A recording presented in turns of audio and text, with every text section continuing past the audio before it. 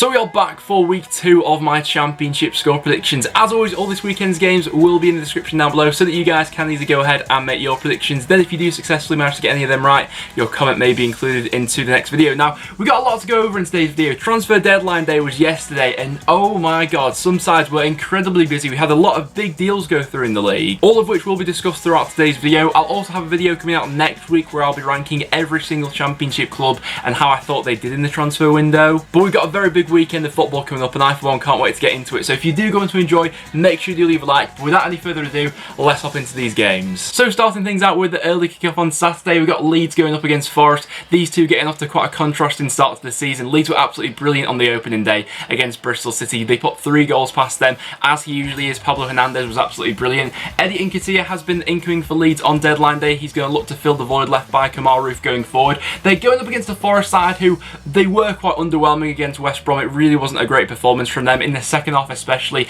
they barely created anything going forward. It'll be interesting to see if Lamucci does stick with Muric, who was at fault for 2 goals in that West Brom game. Forest squad, by the way, is absolutely ginormous. They've signed 12 players in this transfer window and haven't really let that many people go. I think at the moment they've got about 39 players in their squad, so it's absolutely gigantic. It'll be interesting to see how they manage that squad over the full season. This game was quite controversial last season. Kamal Roof handled the ball over the line to equalise quite late on for Leeds, so Forest want to get some revenge for that. But in all honesty, I think that with all the new players that Forest have brought into the squad, it may take a bit of time to bed in. Leeds are clear with the system and philosophy that they got at the moment. They were very good against Bristol City. I think they'll continue into that.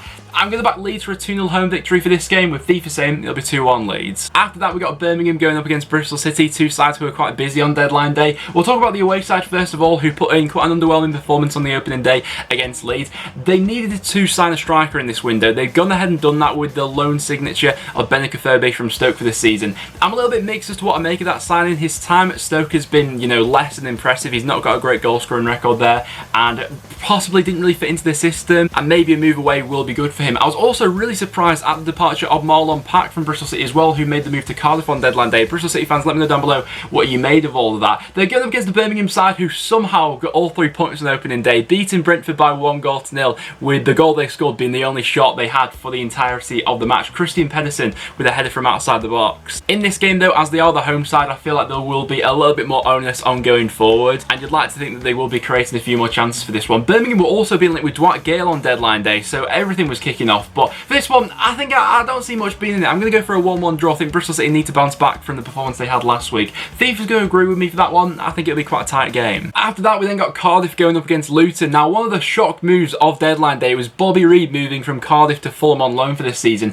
I was shocked that Cardiff let him go. For me, I thought he was going to be one of their biggest players of this season. He absolutely ripped it up last time he was in the Championship with Bristol City, but for whatever reason, things haven't worked out for him there. So Cardiff fans, I'd love to get your view on what you make of Bobby Reid leaving. Cardiff were fairly busy with some incomings. They brought in the likes of Marlon Pack and Vassell from Birmingham as well. It'll be an interesting game against Luton because Cardiff really need to bounce back from that opening day defeat they had against Wigan Athletic. Luton impressed a lot of people on the opening day with that 3-3 draw against Middlesbrough. Really a really engaging side to watch. With that diamond they play in midfield, they move the ball as fast as possible. Luton completed the loan signing of Izzy Brown. He's someone who we've seen sort of flutters of in the Championship. He didn't really play much for Leeds last season while he was recovering from an injury, but I want to see what he's capable of doing. I think he could be a nice fit into that Luton squad. For this game, I'm going to back Cardiff to bounce back. I think they will be a little bit more comfortable than they were against Wigan.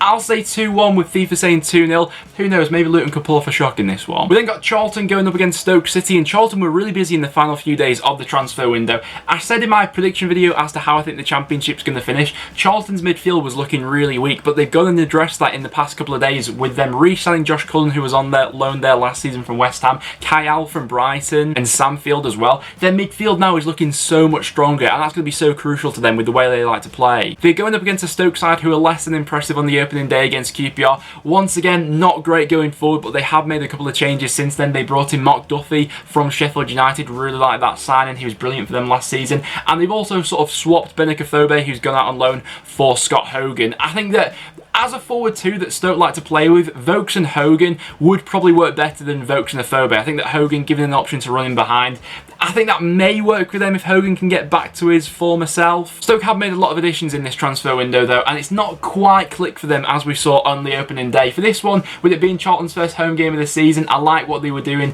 against Blackburn Rovers. Lyle Taylor has stayed there, which is going to be huge for their season.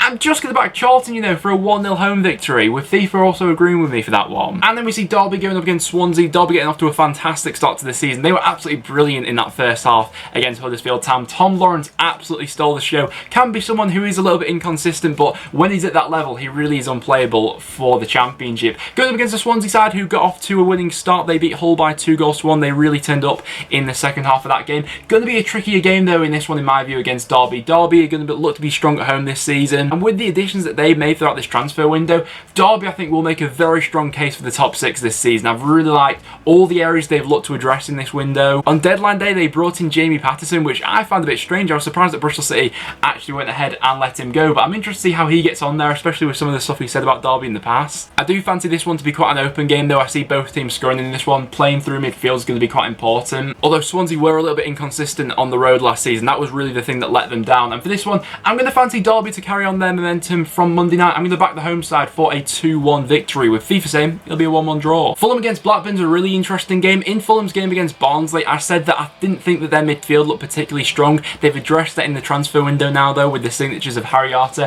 Harrison Reed, who I've always liked the look of, Josh Onomah, and Bobby Reed as well. What a signing that is. Fulham's attacking options for this season are looking absolutely ridiculous.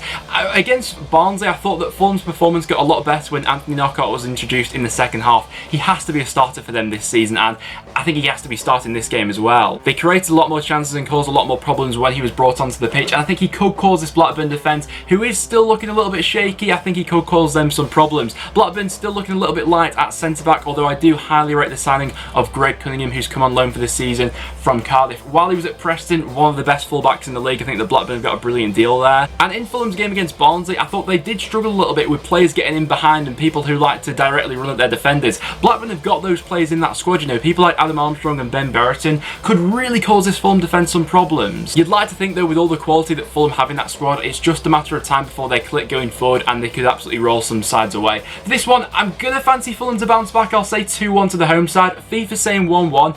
It'll be an interesting way to see how Fulham set up for this one. After that, we then got Hull going up against Reading, two sides who lost on the opening day. Will be looking to put that right in this fixture. Hull's transfer business, the best thing they've done throughout this window is keeping hold of Jared Bowen. At the start of the window, I was 95% sure that someone in the Premier League would come in for him and Hull wouldn't be able to turn down the money. That's not happened somehow, and he's still a Hull City player. To add to that, Grosicki's still at the club as well. A couple of incomings who I'm not so sure about. I saw they completed the signing of Josh McGuinness the other day, which I'm not too convinced about. Reading, on the other hand, I mean, wow, what has happened at Reading? At the start of the transfer window, they were under a soft transfer embargo, and then towards the end of it, they've just gone absolutely mental. They spent about 10 million on their forward line with the signatures of Lucas João and Puskas as well. I'll be interested to see if anyone's thrown in straight into the equation for this game for Reading. They also completed the signing of Raphael from Sampdoria. It'll be an interesting game for this one. Hull on the opening day I thought looked quite good in the first half against Swansea, but their performance levels dipped in the second half and they weren't really creating that much going forward. I don't think there'll be much in this game, and I think that maybe they'll settle for a point. I'll go for a 1-1 draw. Hull were good at home last season, but Reading have got a lot more goals in them now. I'll say 1-1. FIFA will say 1-0 Hull. We've then got Middlesbrough going up against Brentford. Middlesbrough really exciting to watch on the opening day. They were much more dynamic going forward. I like the forward four that they were playing with. I think there's more to see from Borough as the season does go on. I think that a lot of Borough fans now are quite optimistic after that season opener with the 3-3 draw against Luton. They're going up against a side like Brentford, who, quite similar to Luton, like to create a lot of chances per game. It was just a shame for Brentford that on the opening day they couldn't take any of those chances. They were defeated by Birmingham somehow, who only had one shot for the entire match. Brentford hit the crossbar 3 times, and they just seem to have no fortune going forward. Obviously, the big loss for Brentford in this transfer window has been the departure of Neil Maupay, and they've not really looked to sign a like-for-like replacement for him. But a club like Brentford always seems to come up with someone who steps up to the mantle, so I'm interested to see who that will be for Brentford this season. They did manage to keep hold of Watkins and Ben Rama, though, in this transfer window. For this one, I see it being quite open. I think that both sides will want to create chances.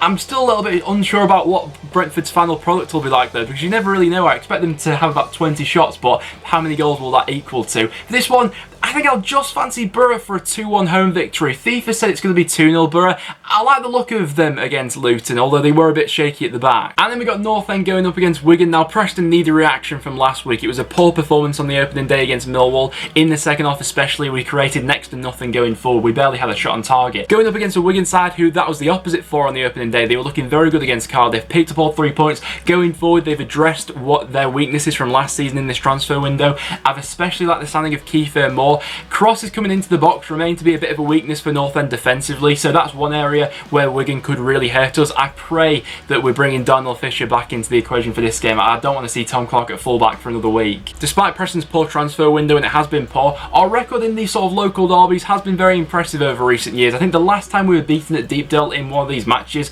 was by Blackburn Rovers 4 years ago, so our record at Deepdale has been very good. I still feel fairly optimistic going into this game. If you're looking at Wigan's away record from last season, it was absolutely awful. That's the one thing that could potentially hold them back this season, and it's the one thing that they need to address, because overall, you know, their squad's looking quite healthy at the moment, and if they do sort that away form out, who knows what's possible for that squad this season. For a prediction, I'm optimistically going to back us for a 3-2 home victory. You may say, Ben, where on earth are 3 goals going to come from Preston at the moment? I've got no idea, but I'll be optimistic. I'll say 3-2. FIFA saying 2-1 Wigan. I've got a bit of a feeling that that may well could happen, but I'll say 3-2 North End. We just really need to react from last week. And then we see QPR going up against Huddersfield. QPR possibly one of the surprise packages of the opening weekend. Not with the result they picked up, but just with some of the football they played. That goal from Eze, I'm still not over how good it was. Absolutely fantastic build-up play. And for Mark Warburton to get this style of football across to this new group of players in such a quick period of time, it really is impressive, I have to say. They're going up against a Huddersfield side who weren't brilliant on the opening weekend. They lost 2-1 against Derby, and obviously the big departure from them,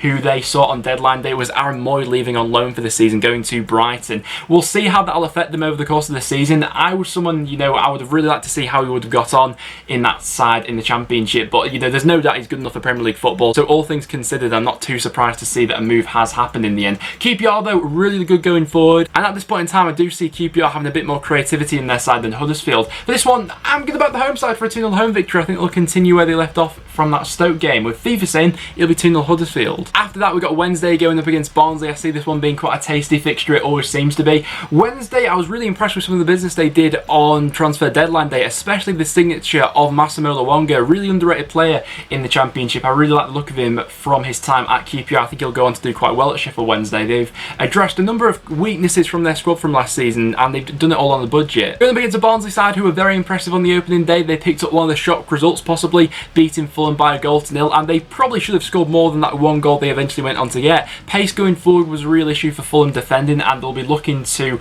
you know, put the same problems on that Wednesday defence. I do see this one being quite an open game of football, though. Wednesday looked quite good going forward against Reading in their opening fixture, and I think I'm just edging towards Wednesday. I think they got a little bit more quality in their squad. I'll say 2-1 to the home side. FIFA said it'll be 1-0 Barnsley. I think that could be a really good game to watch. And then finally we see West Brom going up against Millwall. Now, West Brom were busy on deadline day. They completed the signing of Charlie Austin. They were in need of another striker in that squad, and they've gone ahead and addressed that. West Brom arguably having one of the best windows in the Championship, actually. I thought they picked up a number of quite savvy deals, and they've taken a couple of gambles on players that could well pay off. You know, they finally completed the deal for Pereira on loan for this season, someone who they were chasing for quite a while, actually. They got off to a winning start to the season, beating Forest. It wasn't necessarily the best performance in the world. You know, they got a bit fortunate maybe with Muric making 2 mistakes in that game, but nevertheless, both sides picked up all 3 points on opening day. Millwall beat my side, Preston. I thought defensively, they weren't really letting us get anything in there, so I think that Millwall will look to keep it quite tight for this one. I think that with all the new additions that West Brom have made to the squad, it may be a little bit of time before we do see the best of them, but under Bilic, I think I trust in the project that they're going towards this season. I think that over the course of a full year, West Brom will be one of the sides to watch out for sure. For the game itself, I think that Millwall are going to look to keep it tight. I think that it probably will be Bilkowski in net for them after Fielding went off injured against North End at the weekend. And just going to back the home side, I'm going to say 1-0. I don't see all too much being in it, but FIFA's going to back Millwall for a 2-1 away victory. So guys, they have it there on my score predictions for this weekend's Championship games. Let me know in the comments down below if you agree or not. What are your score predictions? But apart from that, that will now wrap it up for this video, guys. So if you did go on to enjoy, make sure you do leave a like. It is always massively appreciated. As well as that, make sure you subscribe for some regular Championship content. Check out all the other links in the description down below. But apart from that, thanks for watching, and I'll see you all in the next one.